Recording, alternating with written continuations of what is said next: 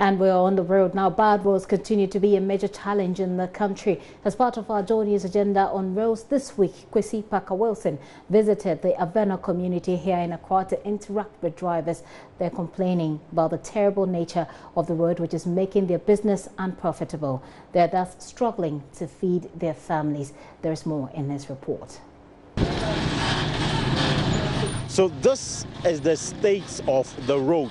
It is from Polo Junction to Agbelimbe. It's actually a bypass if you're heading towards Jowolu or Agbelimbe. So if you're from Aveno or Alajo, it's a bypass you use, an easily shortcut for you to get to your destination. But the road is in a terrible state. As we speak at the moment, you can see potholes around, and as I speak to you, the vehicles that are approaching are swerving the potholes. They are trying to, one would say, hop here and there, so they are swerving the potholes in order not for their vehicles to hit those deep potholes that has occurred on the road. And so I'll be speaking to a number of the taxi drivers to appreciate their concerns as to how the state of this road is affecting their businesses and affecting their vehicles as well. If you are in the rainy season, it is too much for us here.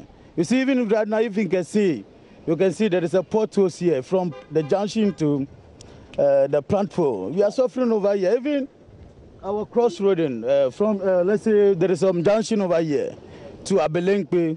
If they could do something about that road for it, it would be happiness for our area. Do you have a wife? Oh yes, I have a wife and I have 3 children. So in effect, because of the observation, do you spend more? Does it affect the finances of your family? Even let's take last week Saturday, I spent about 7 million to repair. I buy a new tire, and I buy because of that road, because of the road, my hub. Sometimes it will not take 3 months to be talking. Sometimes so. Yeah, Saturday I spent almost 6 million to repair my car. This road here is a dangerous road because I went to the Polo Park and washed my car, but you see how the car make dirty again. It's not very good at all.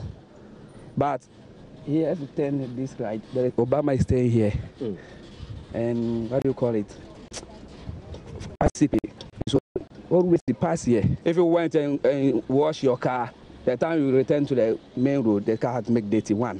Second, what do you call it? The pothole is too much. It's too much. So they have to do something about it. I am begging them. Here's the middle of Accra. They should do the road for us. We cannot get anything from them unless they do the road and they do the straight light. Obviously, we are singing the same chorus that the road is in a bad shape. The road is not really in the best of shape. It's very unmotorable, and because of that, it takes them a longer time to get to their destination because they would have to slow down in order to swerve the potholes, the deep potholes that is on the road. So these are the concerns of taxi drivers who use or who ply this road. Clearly, it is having a toll on them, and especially with their family members as well. They claim that because of the situation, they cannot even feed their family members because the money that they will use to finance or feed their family members, that is the money they use in servicing their car. For JoyNews, I am Kwesi Parker-Wilson. You do drive carefully, and you will be able to perhaps get your way around it. But away from that, majority of people will never imagine the existence of bad roads in a prime area like East Legon. But that is what a lot of them at Genyo are enduring. In the dry season, they have to contend with the dusty roads, and in the rainy season, they'll have to endure the perennial flooding of the roads as the drainage systems have been left uncompleted. Some of the residents are begging government to help fix the road as the contractor left the site years ago. Residents here really have a big problem with their roads here. Well, the entire stretch at J. Ayo is not, tarred. The road behind me connects to Medina and its adjoining communities. The one on my right-hand side also connects to Adjingano, I'm told, and other parts of East Legon. But the interesting thing here is that the entire stretch of road that we've seen here is actually made of, it's brown. very dusty. A lot of the residents are not happy about it. They say whenever it rains also, the situation gets terrible. So for them, there's no good time. In the dry season, they would have to contend with with the dust. In the rainy season also, they would have to contend with the persistent flooding or the perennial flooding of this place. I have some members of the Residents Association here with me. Reverend Lai, you're a member. What exactly do you do for the Residents Association? I'm the General Secretary. The problem we've been having here is, since the time this road began, I think it began with the previous government, and we know the contractor that was working on is a Chinese contractor. So when they began with this contract, we were able to coordinate with them to make sure that what's supposed to be done have to be done as an association, But we realized that things were not running as it's supposed to. So we, as an association, we approached the minister, that is the previous government, who was in charge of the road at that time. I think we had about 2-3 meetings with the minister. And then we found out that the contractor has not been paid because we saw him parking out. Yeah. So we were trying to see what can be done so that he can be paid and finish the road for us. Because what has been done here, the problems we are encountering, they make drainages around this place, and the drainage you can see here are not connected. So all the water that comes when it rains, all the water runs through the streets. And when it rains, the place becomes, I don't know whether you see a waterfall, the way the water runs from the top all the way up here, down to this place. And then we have a drainage here, which the water runs to. So they open the drainage down here so that when the water flows, it can run into that. But there is no opening to this place. So when the water get up to this place, it's stuck down here. So the people here are really suffering. And when it's raining, it's really dangerous, driving through. Yeah. Just recently we decided to fill up these places, because this place became like a graveyard. Yeah. Look at the drains. And there is only one storm drain down there that takes the water out. It's supposed to join the main gutter that is passing through the Ajerigano Road. But that is big enough. But how does this one get in there? It's terrible. It gets stuck down there and it can't go anymore. So you see the water flow, because it's not frequent, it is slow up here, all the way to the top. And all of these things you are talking about, are tied to the construction, proper construction of this road. How long have you been fighting to get this road completed? About 3 years. Yeah, I think about 3 years. 3 years. Yeah. Yes, we fought. This is our secretary, and this is our big minds.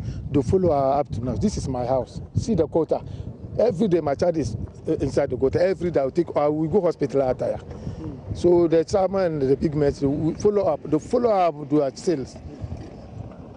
Reverend Lai, you are the General Secretary of the Residents Association here. What assurances, have you received from people responsible to ensure that they finish the construction of this road? Because what we're seeing right now is not the best. We've been able at least to meet the MCE who came here. He was in our meeting. At least we've been able to discuss that with him.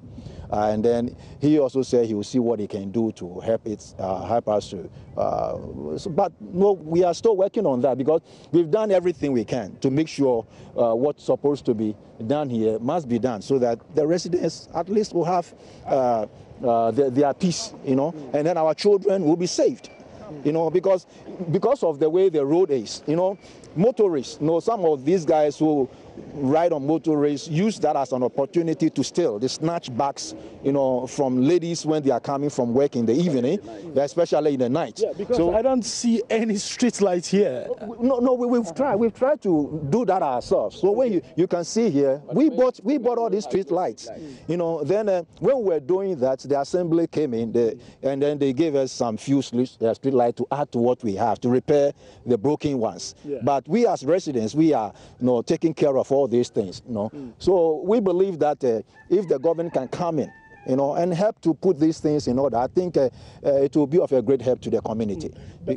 But the people you've been speaking, have they explained to you why the project has stalled? Have they been telling you? For now, we've not had any, I can say, any concrete, you know, why now. What we know from the previous government is the contractor has not been paid. So we don't know up to now if he has not been paid or they are trying to change the contractor. Whatever it is, we don't know now. You know, so we are in the dark right now. Now, let me find out from you, Mr. Abe. So you've been fighting this for a very long time, and I'm sure this issue all the time when you go for your residents association meeting, it usually, would come up at your meetings. What are you doing apart from the talk about getting this road fixed at your meetings as residents? What action are you going to take to make sure that something is done about this place? Because I've been interacting with some of your residents. They are not really happy at all about this. The association or the members in the community can't do much. Rather, we are looking up to the stakeholders, the government, to come in and help us